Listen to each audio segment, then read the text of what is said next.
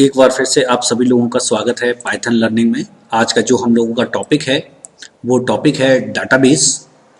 Database में जो हम सॉफ्टवेयर या पैकेज यूज़ करेंगे प्रैक्टिकल करने के लिए उसका नाम है MySQL। MySQL एक ओपन सोर्स सॉफ्टवेयर है जिसके लिए हमें किसी लाइसेंस की ज़रूरत नहीं पड़ती है। अगर आप ओरेकल में काम करेंगे, SQL सर्वर में काम करेंगे या फिर IBM DB में काम करेंगे तो आपको कुछ लाइसेंस के लिए फ़ीस पे करनी पड़ेगी। ये ओपन सोर्स है तो इसलिए इसमें किसी को फीस या लाइसेंस लेने की ज़रूरत नहीं है। तो प्रैक्टिकल हम लोग इसी में करेंगे MySQL में। अगर हम MySQL की हिस्ट्री के ऊपर ध्यान दें तो MySQL जो था IBM ने बनाया था 1970 में और लगभग ये 50 साल पुराना एक सॉफ्टवेयर है। 50 साल पुराना एक सॉफ्टवेयर है। इसका पुराना नाम था SQL और ये एक नॉन प्रोसीजरल लैंग्वेज थी। नॉन प्रोसीजरल का मतलब ये है कि यहाँ पर कमांड की फॉर्म में हम इंस्ट्रक्शंस देते हैं और जो कमांड्स होती हैं वो हम लोग जानते हैं। अलग अलग काम को करने के लिए अलग अलग कमांड्स अवेलेबल हैं। अलग अलग काम को करने के लिए अलग अलग कमांड्स अवेलेबल हैं। अब सबसे पहला क्वेश्चन हम लोग ये डिस्कस करेंगे, व्हाट इज डाटाबेस। अगर हम लोग एक बार डाटाबेस को समझ गए तो फिर हमें एसक्यूएल को समझने में, एसक्यूएल की क्वेरीज को समझने में कोई प्रॉब्लम नहीं आएगी। तो समझने की कोशिश करते हैं। अगर आपसे कोई पूछ ले व्हाट इज डेटाबेस तो आप एक मोटा मोटी उसे आइडिया दे दीजिए। सिंपल वे में उसे बता दीजिए कि database is a collection of tables.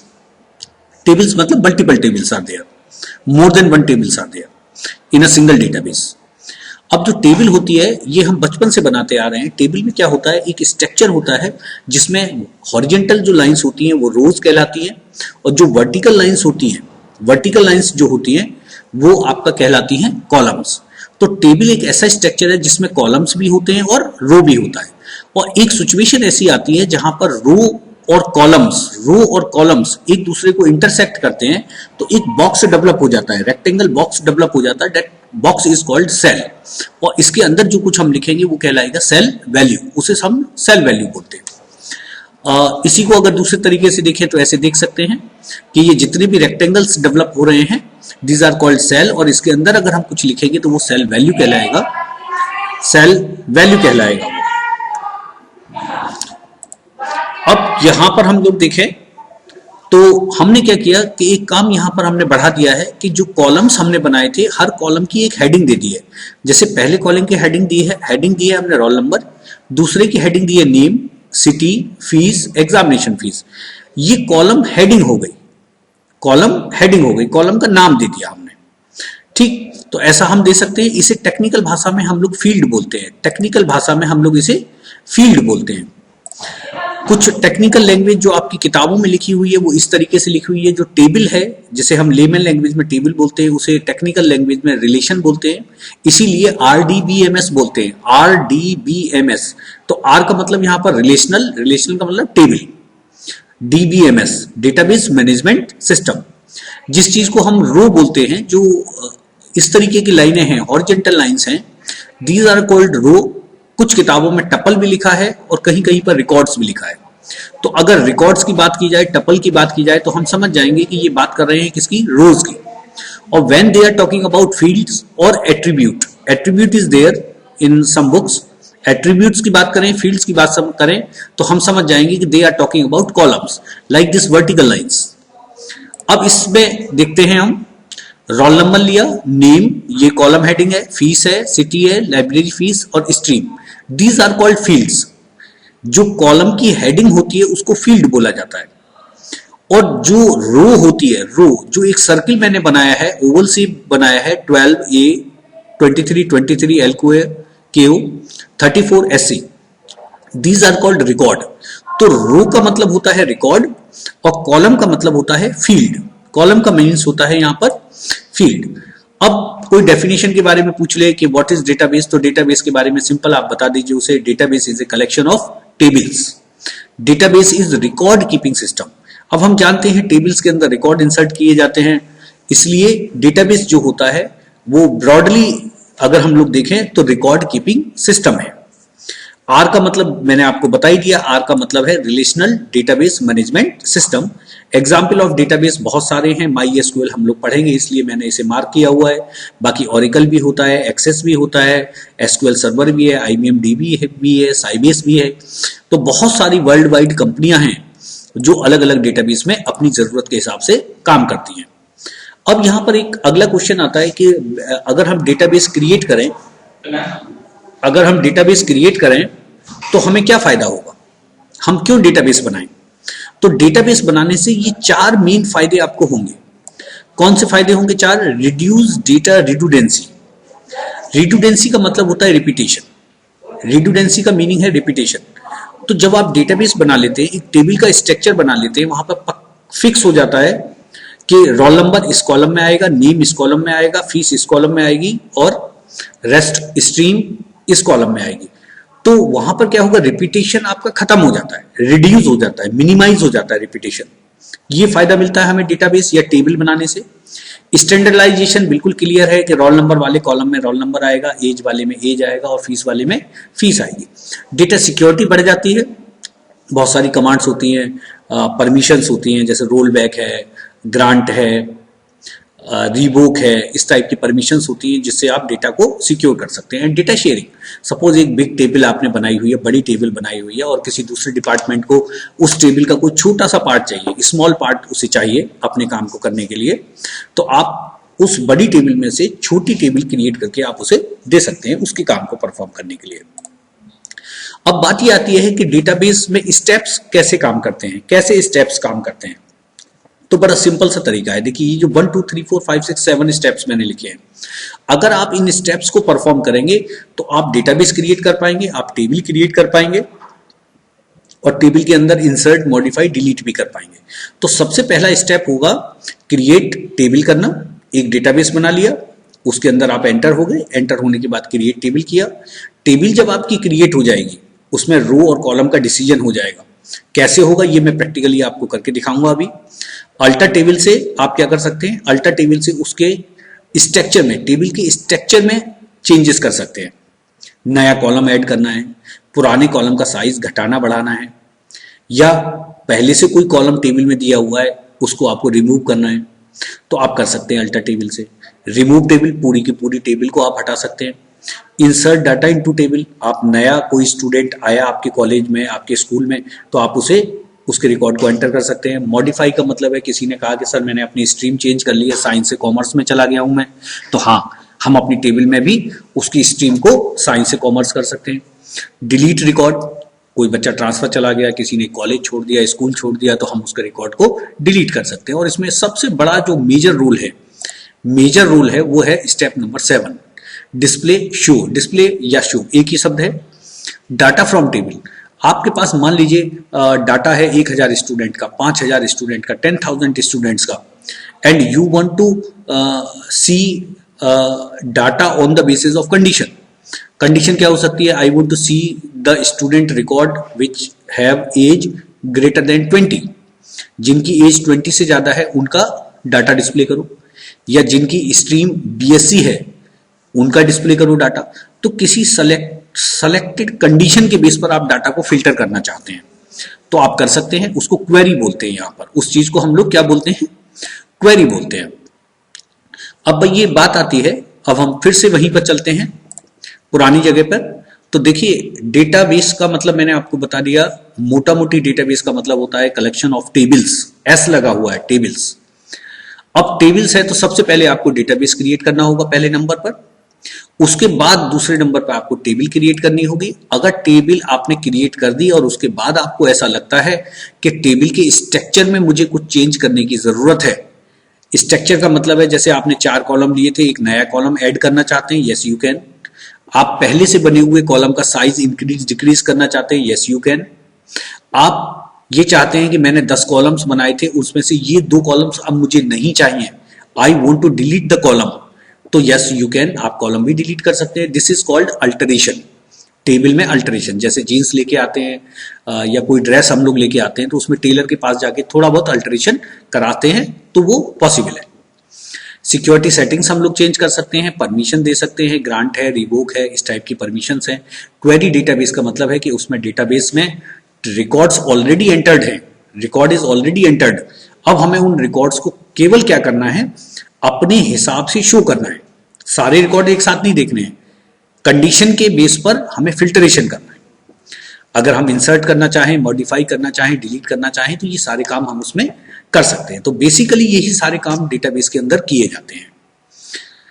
Element की बात करें तो ये बड़ा सिंपल सी चीज है। लिटरल्स क्या होते हैं, तो ये आपने अगर कोई भी लैंग्वेज पढ़ी है, सी है, C++ है, जावा है, विजुअल बेसिक है, पाइथन है, कोई भी पढ़ी है तो आपको मालूम है कि बेसिकली 3 तरीके के लिटरल होते हैं, कैरेक्टर होते हैं, न्यूमेरिक होते हैं। न्यूमेरिक 2 तरीके के हैं, एक इंटीजर है, एक फ्लोट है, और स्ट्रिंग टाइप के होते हैं, तो स्ट्रिंग को यहाँ पर टेक्स्ट बोला गया है।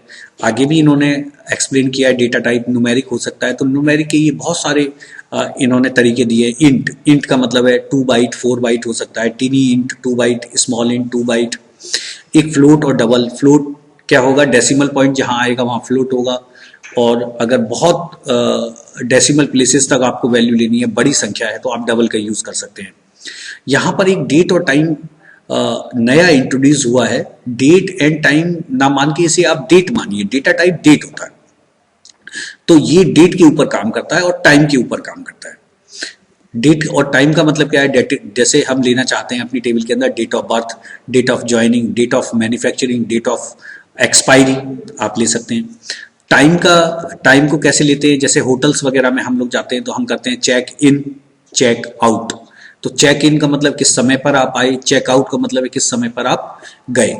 तो टाइम और डेट से रिलेटेड अगर हमें कोई काम करना है तो हम डेट डेटा टाइप में जाएंगे। स्ट्रिंग बिल्कुल सिंपल है, हम लोग जानते हैं, जैसे अमित कुमार शर्मा, सेक्टर 3 न्यू दिल्ली, इस तरीके से अगर कोई अल्फा न्यूमेरिक टाइप की कोई स्ट्रिंग है तो आप उसे केयर में, वेयर केयर में, टेक्स्ट में रख सकते हैं। तो बहुत सारे डेटा टाइप्स आपके पास अवेलेबल हैं आपके काम को करने के लिए। कुछ नल वैल्यू होती हैं। नल वैल्यू का मतलब बिल्कुल सिंपल से है, जैसे मान लीजिए कोई बच्चा आपके पास आया, उसने कहा सर मेरा रिकॉर्ड एंटर कर लीजिए टेबल के अंदर। आपने जब रिकॉर्ड एंटर करना स्टार्ट किया तो उसने कहा सर सिटी तो मुझे मालूम नहीं है मेरी, तो आप उसकी जगह NULL नल लिख देंगे। मतलब जो इन्फॉर्मेशन आपको मालूम नहीं है उसको आपने नल लिख दिया। बाद में नल वैल्यू को रिप्लेस किया जा सकता है। कमेंट बनाना बड़ा आसान है। जिस चीज को आप कमेंट बना देंगे वो कंपाइल और इंटरप्रिएट नहीं होती है, इंटरप्रिएट या कंपाइल नहीं होती है, एग्जीक्यूट नहीं होती है, जैसा यहां लिखा भी है। अब एक इंपॉर्टेंट बात जो आप लोगों को समझ लेनी है वो ये समझ लेनी है कि SQL commands are not case sensitive. इसका बिल्कुल सिंपल सा मतलब है कि SQL की कमांड्स जो होती हैं वो केस सेंसिटिव नहीं होती हैं।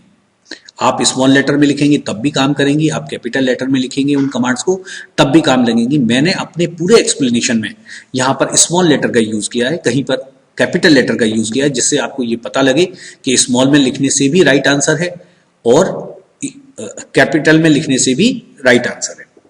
तो सबसे पहली कमांड ये है क्रिएशन ऑफ डेटाबेस।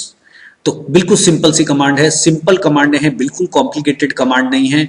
आप इस कमांड को एज इट इज लिख देंगे, मैं जैसे डेमोन्स्ट्रेशन करके बताऊंगा, आपका डेटाबेस क्रिएट हो जाएगा। क्रिएट डेटाबेस, डेटाबेस का नाम रखा स्कूल। अब डेटाबेस का नाम स्कूल रखा तो ऐसे ही बहुत सारे डेटाबेसेस हो सकते हैं। जैसे आपने स्कूल नाम से क्रिएट किया, किसी ने दिल्ली नाम से क्रिएट किया, किसी ने बेंगलोर नाम से क्रिएट कर लिया डेटाबेस, है ना। तो अब आपको अपने डेटाबेस में एंटर होना है, अपने डेटाबेस को एक्टिवेट करना है, अपने डेटाबेस में काम करना है आपके अपने में। तो आप अपने डेटाबेस को एक्टिवेट कर सकते हैं। एक्टिवेट करने की कमांड क्या होगी, यूज स्कूल। डेटाबेस बनाया था स्कूल नाम से, अब आप लिखेंगे यूज स्कूल। तो आप क्या कर पाएंगे, उस डेटाबेस के अंदर एंटर हो पाएंगे, उसको एक्टिवेट कर पाएंगे। अब आप डेटाबेस के अंदर एंटर हो गए, ये यहां पर कमांड लिख के बताइए, मैं भी अभी आपको डेमोन्स्ट्रेशन दूंगा। इसके बाद आप कर सकते हैं क्रिएट टेबल। टेबल क्रिएट कर सकते हैं, क्योंकि हमने पहले भी बताया आपको कि database is a collection of tables. तो क्रिएट टेबल करने के लिए बिल्कुल सिंपल कमांड है। इसकी कुछ चीजें आप लोग ध्यान से समझ लीजिए, उसमें गड़बड़ नहीं करना है, अदरवाइज आपको बार बार एरर आती रहेगी।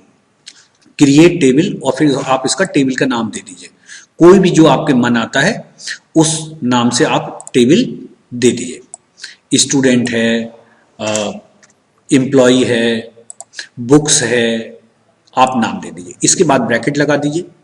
पहला फील्ड का मतलब फर्स्ट कॉलम रोल नंबर होगा, ये इंटीजर टाइप का होगा, इसका साइज 4 होगा। 4 का मतलब है मैक्सिमम 4 डिजिट तक ये एंट्री लेगा। और यहां पर एक लिखा है प्राइमरी की। प्राइमरी की का मतलब है कि रोल नंबर यूनिक होगा। अगर एक बार एक बच्चे का रोल नंबर आपने 36 दे दिया तो फिर आप चाहे कितने भी रिकॉर्ड एंटर कीजिए, रोल नंबर में अगेन आप 36 नहीं लिख पाएंगे। आपने नेम लिया, ये कैर 20 का ले लिया आपने, वेर कैर भी लगा सकते हैं आप यहाँ पर। एज इंट लिया, ये 2 डिजिट की ले लिया आपने, आप चाहे तो 3 डिजिट की भी ले सकते हैं। सिटी आपने कैर 10 डिजिट की ले ली, और लास्ट में ब्रैकेट बंद होने के बाद ये सेमी कोलन लगाना कंपलसरी है। एसक्यूएल की हर कमांड में सेमी कोलन लगाना कंपलसरी है। तो यहाँ पर ये करके भी बताया है इन्होंने। जब आपकी टेबल क्रिएट हो जाए, देखिए कैसे स्टेप हमने काम किए। सबसे पहले डेटाबेस क्रिएट किया, उसके बाद यूज डेटाबेस का नाम दिया, तो उस डेटाबेस के अंदर आ गए। जब हम उस डेटाबेस के अंदर आ जाएंगे तो क्रिएट टेबल करेंगे। क्रिएट टेबल का मतलब है उस टेबल को हम क्रिएट करेंगे। जब टेबल क्रिएट हो जाएगी तो हम उसका स्ट्रक्चर देखेंगे। तो स्ट्रक्चर देखने की कमांड है DESC। DESC एक कमांड होती है जिसके थ्रू हम लोग टेबल का स्ट्रक्चर देख सकते हैं। तो वो पूरा स्ट्रक्चर दिखा देगा कि आपकी टेबल के अंदर रोल नंबर है, नेम है, एज है, सिटी है, उसका क्या क्या डेटा टाइप है और कौन सी की उसके ऊपर लगी है। तो रोल नंबर के आगे प्राइमरी की दिखा रहा है, बाकी किसी के आगे ये नहीं दिखा रहा है। इसका मतलब किसी के ऊपर कोई रिस्ट्रिक्शन नहीं है अभी फिलहाल। तो आप बना सकते हैं।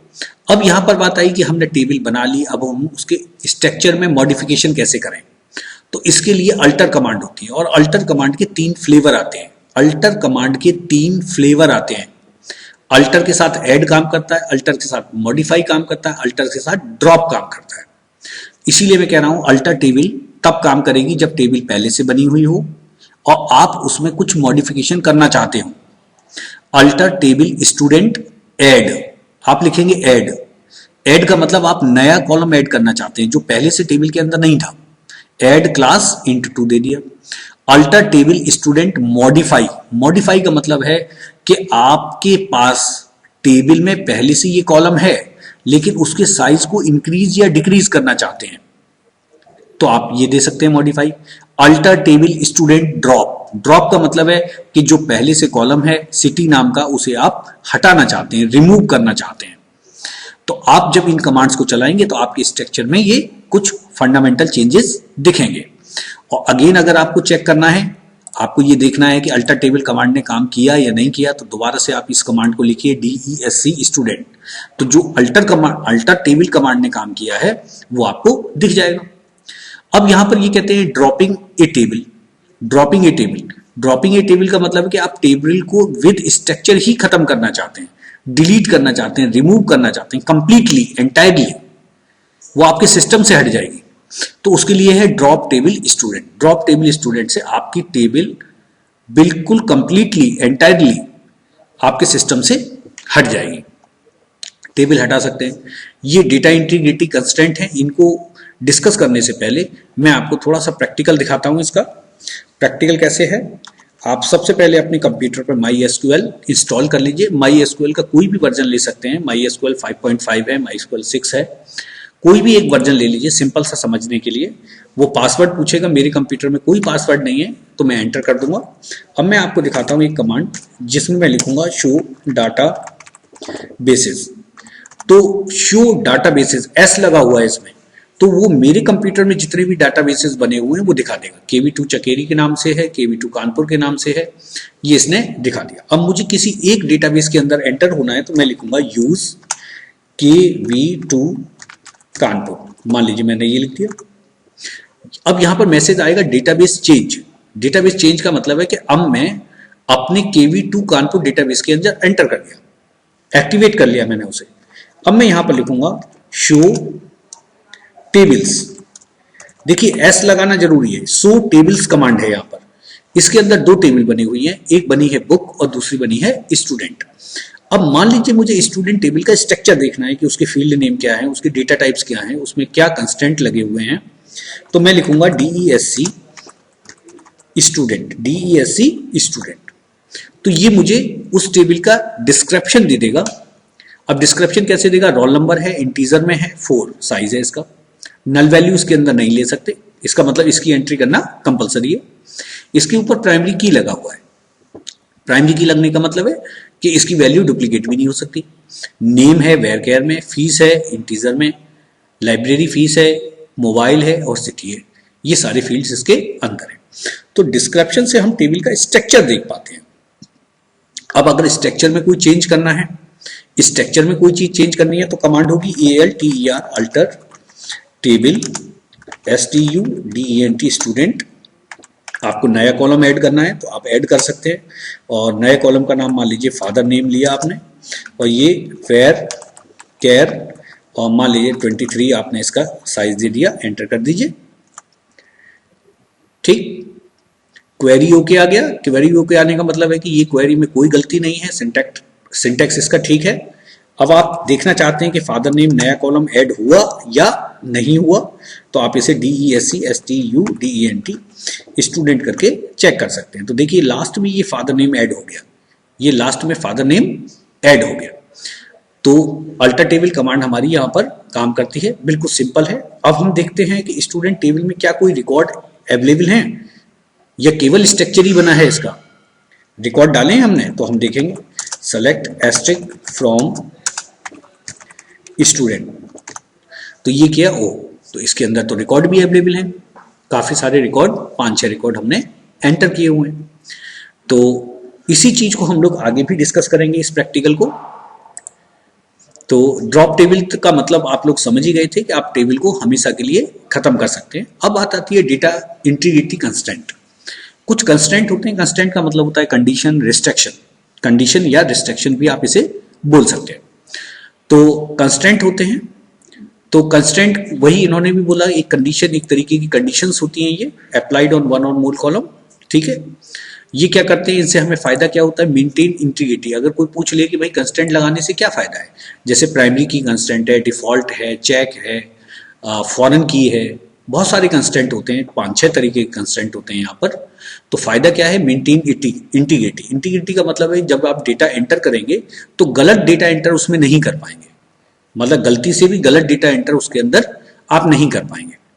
ठीक है, अब ये कहते हैं कि when the constraint is applied on a table all the data should follow the constraint. जो भी डाटा आप एंटर करेंगे वो उन कंस्ट्रेंट को अगर सेटिस्फाई करेगा तो एंटर होगा, सेटिस्फाई नहीं करेगा तो वो टेबल के अंदर एंटर ही नहीं हो पाएगा।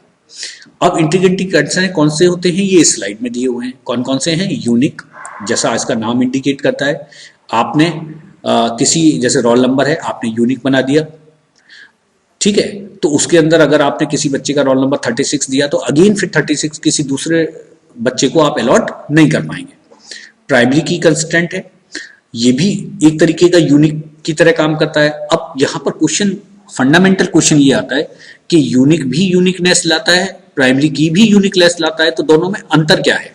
तो दोनों में डिफरेंस ये है, कई बार इंटरव्यू में पूछा जाता है, वाइवा में पूछा जाता है, यूनिक की से अगर आप कंस्ट्रेंट बनाएंगे तो उसमें नल वैल्यू अलाउ होगी, लेकिन अगर आप प्राइमरी की से बनाएंगे तो उसमें नल वैल्यू अलाउ नहीं होगी।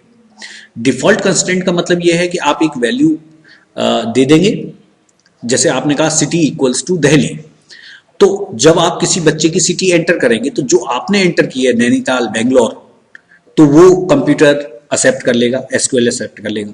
लेकिन मान लीजिए किसी बच्चे की आपने सिटी खाली छोड़ दी, सिटी एंटर ही नहीं की, तो उसकी जगह पे डिफॉल्ट वैल्यू दिल्ली आ जाएगी। तो उससे ये है कि एटलीस्ट दिल्ली तो सबको मिलेगा ही मिलेगा सिटी के रूप में। चेक कंस्ट्रेंट है, आप ये चाहते हैं कि हमारी टेबल के अंदर जब भी हम एंट्री करें तो एंट्री 20 से एज लेस देन 20 तो एंटर हो जाए, और 20 से ज्यादा अगर एज है तो वो कभी भी एंटर ना हो। तो इसीलिए बोलते हैं इसे सेट लिमिट। हम लोग चेक कंस्ट्रेंट से क्या कर सकते हैं, किसी भी वैल्यू की लिमिट को सेट कर सकते हैं। फॉरेन की कंस्ट्रेंट होता है, ये क्या करेगा, इसके लिए क्या है, 2 टेबलों की जरूरत पड़ती है, 2 टेबलों की जरूरत पड़ती है। तो एक पेरेंट टेबल होती है और एक चाइल्ड टेबल होती है। तो जब चाइल्ड टेबल में आप एंट्री करते हैं तो जो एंट्री आपने की है वो पेरेंट टेबल में जाके चेक होती है कि क्या ये एंट्री सही है या नहीं है। ये थोड़ा सा एक डिटेल का कॉन्सेप्ट है, इसमें कभी एक नया वीडियो बनाएंगे तब आपके साथ ये चीज डिस्कस करेंगे हम लोग। Thank you very much. ये हमारा पार्ट 1 है, इसके बाद इसका एक पार्ट 2 भी मैं आप लोगों को करके दिखाऊंगा, उसके ऊपर भी वीडियो बनाऊंगा। आप इसे सब्सक्राइब, लाइक और शेयर कर सकते हैं, जिससे आगे आने वाले वीडियोस के नोटिफिकेशन भी आपको मिलते रहें। तो अभी हम इतना पढ़ेंगे, जब अगला वीडियो मैं बनाऊंगा तो उसमें क्रिएट टेबल करने का डेमोन्स्ट्रेशन होगा, कंस्ट्रेंट का डेमोन्स्ट्रेशन होगा और बहुत सारी SQL कमांड्स का डेमोन्स्ट्रेशन होगा। तो थैंक यू वेरी मच। अगला वीडियो आप लोग जरूर देखिएगा। Thank you very much.